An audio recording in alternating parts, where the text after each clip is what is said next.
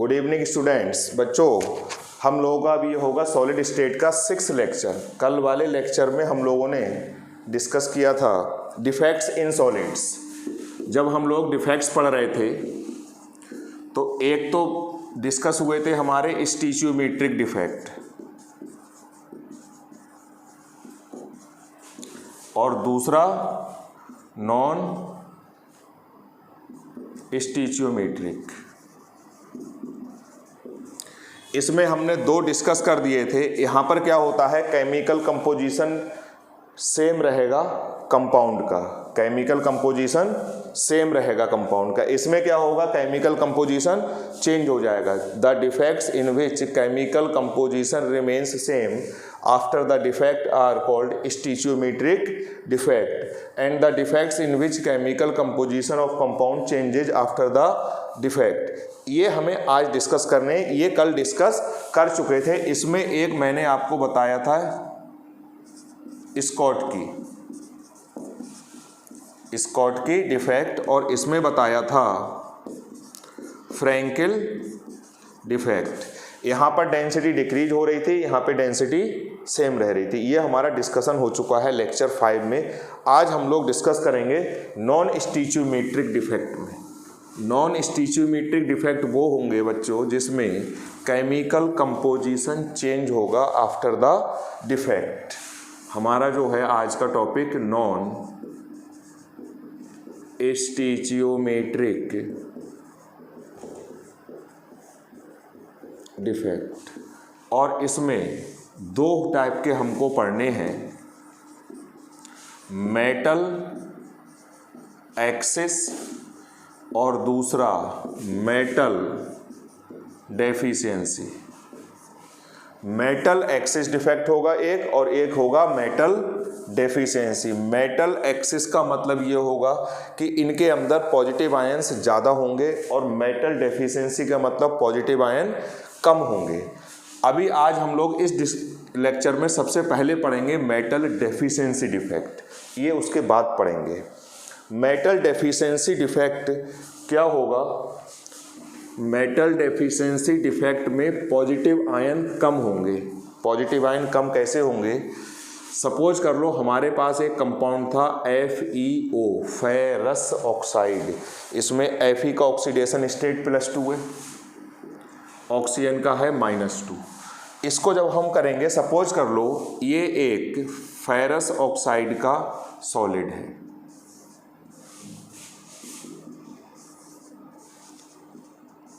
इस टाइप से। हमको यहाँ पर एक बात ध्यान रखनी है, डिफेक्ट क्या होता है, डिफेक्ट कैसे होता है, ये तो पढ़ना है।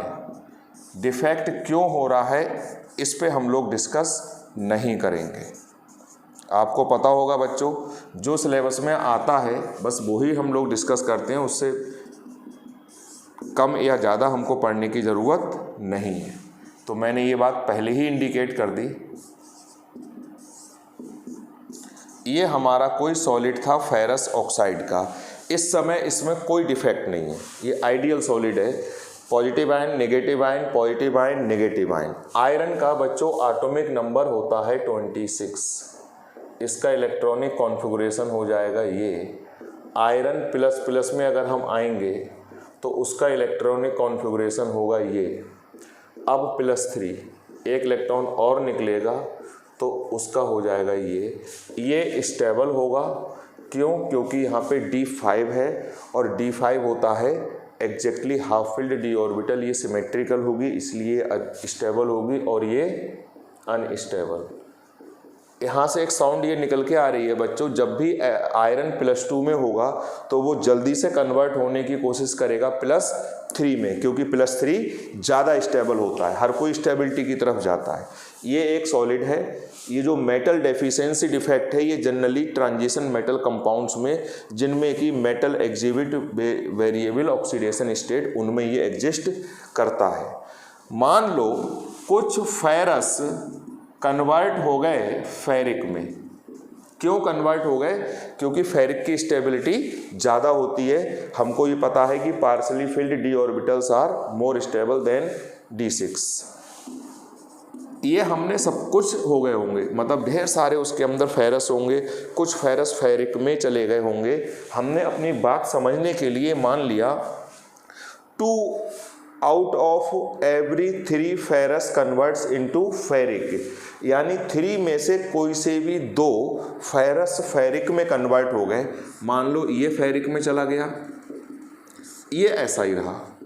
पहले इस सॉलिड पे चार्ज था +6, 2 4 6, अब उस पे चार्ज हो गया +8। +8 कैसे हुआ? +3 ये और +3 ये और +2 ये +6, यानी मान लो ये वाला, ये हमने सपोज कर लिया ये आयरन चला गया +3 में। जब ये +3 में गया, इसको हमने थोड़ा हाईलाइट कर दिया, और एक ये चला गया, सपोज कर लो, कोई सा भी कर सकते हो ये। अब इस पूरे सॉलिड पे चार्ज आ गया +2, होना चाहिए इलेक्ट्रिकली न्यूट्रल। कोई भी सॉलिड है उसके अंदर जब कोई सा भी डिफेक्ट हो जाएगा, अगर वो पहले इलेक्ट्रिकली न्यूट्रल था तो बाद में भी क्या रहेगा? न्यूट्रल। इस इलेक्ट्रिकल न्यूट्रलिटी को मेंटेन करने के लिए ये 3rd फेरस अपनी जगह छोड़ देगा। अब यहाँ पर चार्ज देखो कितना हो गया, +3 एंड +3 कितना हुआ? +6। पहले भी +6 था, अभी भी +6 है, कोई फर्क नहीं पड़ा। अब कोई भी जो यहाँ से हटा, इसका मतलब कहीं ना कहीं एक वैकेंसी क्रिएट हो जाएगी यहाँ पर। पॉजिटिव आयन कम हो गया, इसको हम बोलते हैं कैटायन वैकेंसी। अब इस पूरे सॉलिड को आप देखो, नेगेटिव आयन उतने ही रहे, बस पॉजिटिव आयन कम हो गए। पॉजिटिव आयन कम हो गए, इसलिए इसको हमने नाम दिया है, पॉजिटिव आयन को मेटल बोलते हैं, मेटल डेफिशिएंसी डिफेक्ट।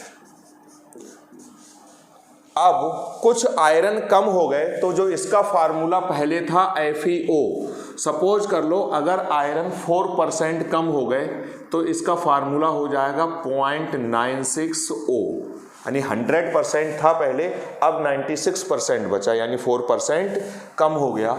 इसको ऐसे भी लिख देते हैं, O तो बन रहा ये, ऐसा नहीं है कि 4% ही कम हुए, 4% कम हो सकते हैं, 6%, 10%, 15% क्या हो सकते हैं। उसके बाद ये फार्मूला जो ये था वो ये हो गया।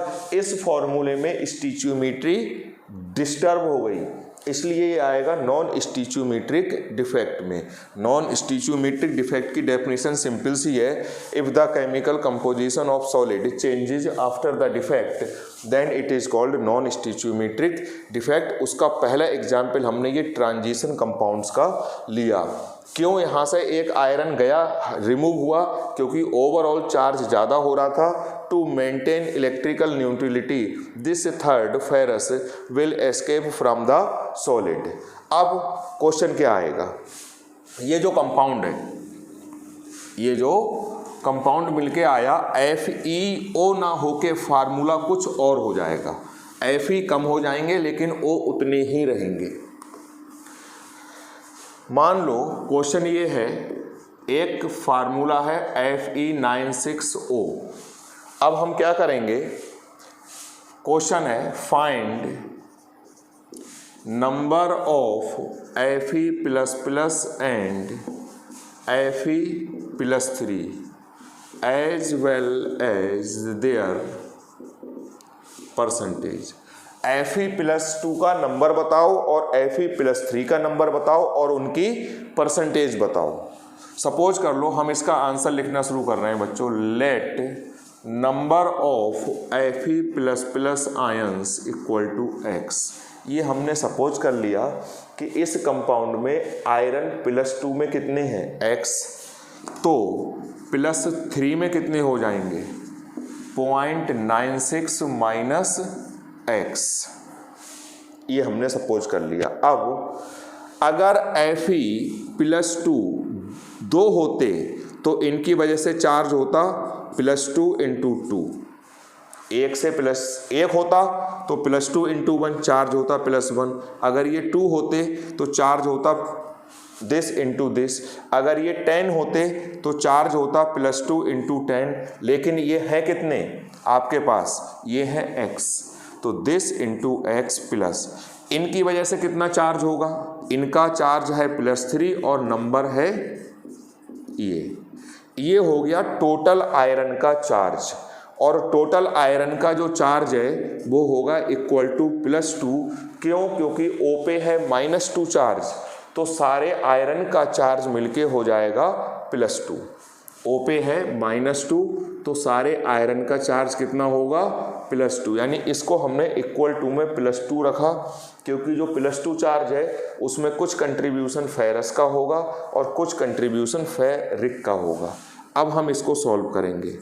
2x + 3 के इससे मल्टीप्लाई करोगे,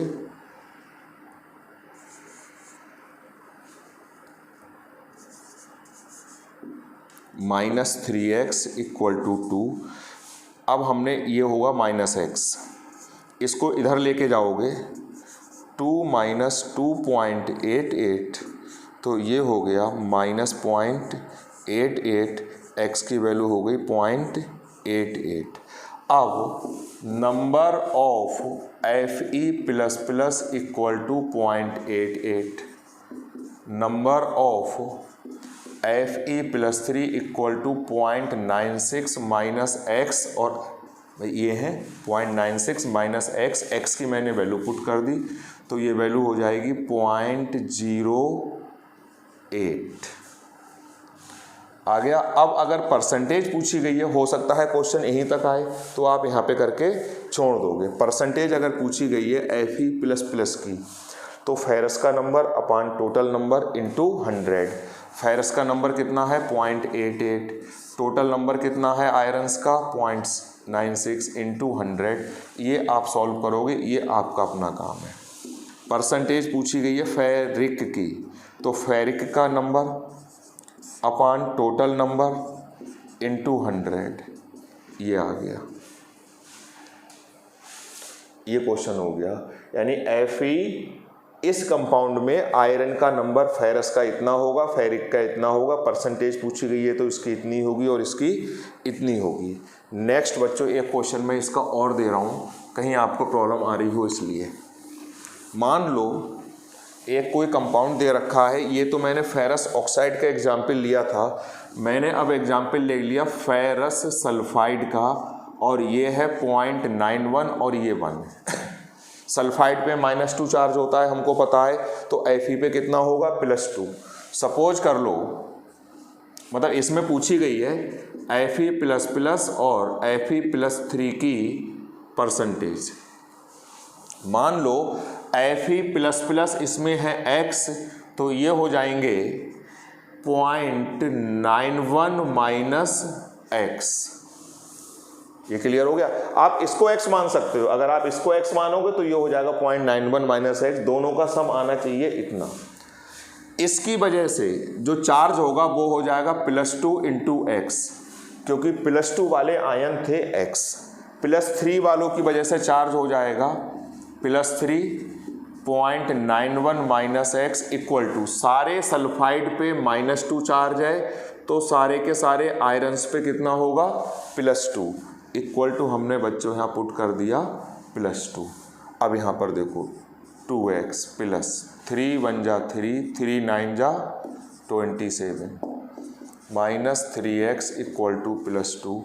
इसको सॉल्व करोगे बच्चों तो ये बचा -x, अब ये उधर जाएगा 2 - 2.73, तो -x = -0.73, माइनस से माइनस कट 0.73, यानी हमारे पास Fe++ का नंबर आ गया 0.73, Fe+3 का नंबर होगा 0.91 -x का मतलब ये आप अगर सॉल्व करेंगे बच्चों तो मेरे हिसाब से आना चाहिए। मैथमेटिक्स बच्चों मेरी थोड़ी सी वीक है, तो आप इसको अदरवाइज नहीं लीजिएगा। ये हो जाएगा 8 और 1 इतना Fe+3। कैलकुलेशन चेक कर लेना, हो सकता है बच्चों मुझसे कोई मिस्टेक हो रही हो। इन दोनों को ऐड करोगे तो आना चाहिए 0.91, ये ऐड करोगे, हाँ ठीक है। अब अगर परसेंटेज पूछी गई है परसेंटेज अगर आपसे पूछी जाएगी तो जिसकी परसेंटेज पूछी गई है बच्चों उसका number upon total number into 100। It is the percentage of ferrous ion. और अगर फेरिक की पूछी गई है तो या तो 100 में से ही माइनस कर देना, वरना फिर से निकाल देना। फिर से निकालोगे तो एरर होने के चांस कम है। ये हो गए, ये हमारे क्वेश्चन हो गए। अब ऐसे ही कुछ क्वेश्चन मैं आपको नोट कर रहा हूँ जो कि आपको घर से सॉल्व करने हैं। ये 2 क्वेश्चन है, मैंने यहाँ तक तो सॉल्व करा बच्चों, की कैलकुलेशन की वजह से छोड़ दी। इन दोनों की परसेंटेज आप निकाल के ग्रुप में डालोगे जैसे ही आप वीडियो देखोगे वैसे। उसके अलावा मैं एक चार्ट बना रहा हूँ, इस चार्ट में को फिल करके आप अपनी कॉपी की पिक खींच के ग्रुप में डालोगे। एक क्वेश्चन हमने ले लिया 0.89s, 0.94s, 0.980, Ni 0.90O। ओ का मतलब ये है, हर जगह ही मैं लिख नहीं रहा हूँ, लिख दे रहा हूँ वरना आप कंफ्यूज हो जाओगे। अब Ni 0.92O, ये तो क्वेश्चंस हो गए, ये हुए compound. Number of Fe++, number भी छोड़ो, percentage of this and percentage of ये तो हो जाएगी यहाँ तक के क्वेश्चन।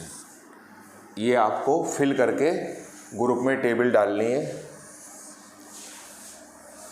अब देखो बच्चों, यहाँ पर पूछी जाएगी percentage of Ni++ and Ni4+, यानी इस कंपाउंड में ये जो स्टीचियोमेट्री डिस्टर्ब हुई इसलिए हुई, कुछ निकिल +2 काय में पहुंच गए होंगे +4 में, फिर पूरा जो निकिल ऑक्साइड है वो पॉजिटिवली चार्ज हो गया होगा। फिर उस पॉजिटिव चार्ज को मेंटेन करने के लिए कुछ निकिल +2 अपनी पोजीशन छोड़ के चले गए होंगे, जिस वजह से ये हुआ। यहाँ से पता लग जाएगा, यहाँ पे आप समझ जाओगे कुछ फेरस गए फेरिक में, यहाँ पर भी ये तीनों सेम है। यहाँ पर ये हो रहा है, इससे ये पता लग रहा है कि कुछ निकिल +2 किस में गए। अब जैसे इस क्वेश्चन की मैं हिंट आपको देने की कोशिश कर रहा हूँ, 0.90O, मान लो Ni++ X है तो Ni4+ हो जाएंगे 0.90 - X। बिल्कुल सेम प्रोसीजर है। इसकी वजह से जो चार्ज होगा +2 × X हो गया, इसकी वजह से जो चार्ज होगा +4 और ये हो जाएगा 0.90 - X = अब जरा इमेजिन करो, O पे -2 चार्ज होता है, जब इस पे -2 है तो निकिल पे कितना होगा +2 = +2। अब ये सॉल्व करते हुए X की वैल्यू निकाल लोगे, 2X+, इसकी इससे मल्टीप्लाई होगी,